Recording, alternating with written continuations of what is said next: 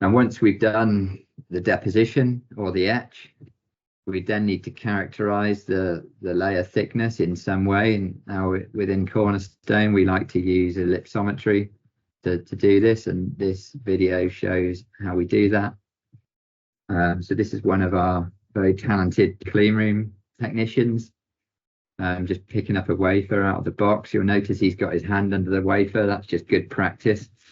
Just in case it slips out of the tweezers, we don't want to smash it on the floor. We're now going to align the beam to certain structures on the wafer.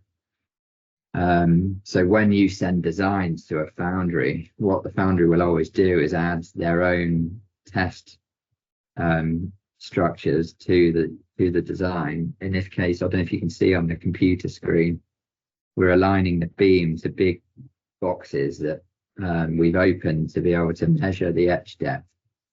The beam size coming out of this ellipsometer is quite large, so we need a big open window in the resist so we can characterize, in this case, a layer thickness.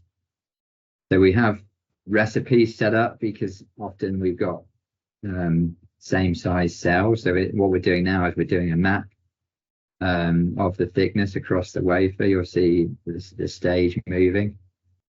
And when it pauses in between each movement, that's when it's actually gathering the data.